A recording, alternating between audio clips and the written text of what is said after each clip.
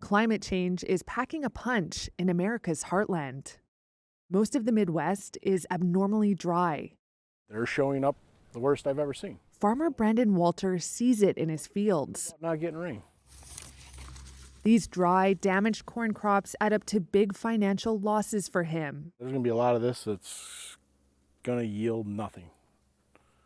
We're going to be completely out money on it. Say a prayer and hope for the best. One expert predicts the future could be even bleaker.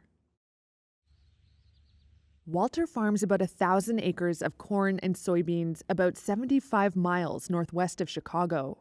Like these guys, they're just telling you we're short on nutrients. It was supposed to be a good year.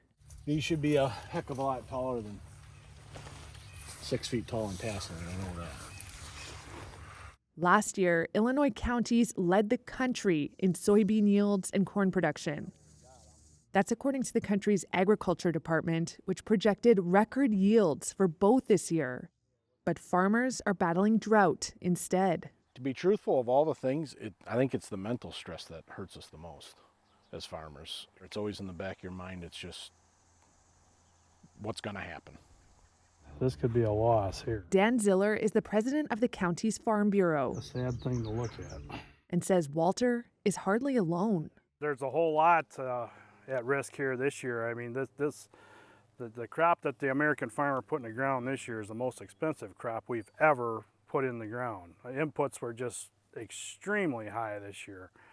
And to get half a crop is going to be awful hard to pay that increase in these input costs that we had this year. So rain would definitely, it needs to start coming and soon, and not too much and not too little.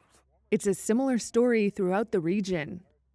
In nearby Wisconsin, Iowa, and Minnesota, over 80% of crops are facing between moderate and extreme dry conditions.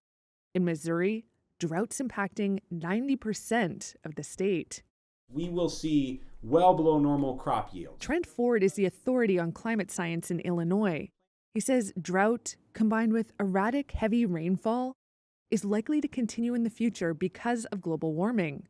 But the state climatologist says even he cannot predict what the new normal might look like. What climate change does to corn and beans production in Illinois and Iowa and Indiana over the next 50 years is it introduces some challenges, some significant challenges. Some challenges are things we've seen before, they're just larger, and some challenges we've never seen before.